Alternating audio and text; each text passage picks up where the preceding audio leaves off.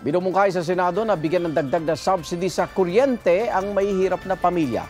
Karagdagang 1 peso per kilowatt hour na lifeline rate ang sinusulong ni Senador Sherwin Gatchalian. Sabi ni Gatchalian, maaaring makatipid ang halos 300 piso sa isang buwan ng mahihirap ng pamilya dahil dito. Pwede raw ipambilihan ng mahigit 7 kilo ng bigas. Para maging benepisary ng lifeline rate, kailangan hindi lalampas ng 100 kilowatt hours ang konsumo ng isang pamilya kada buwan. Pwede mag-apply sa opisina ng Energy Regulatory Commission.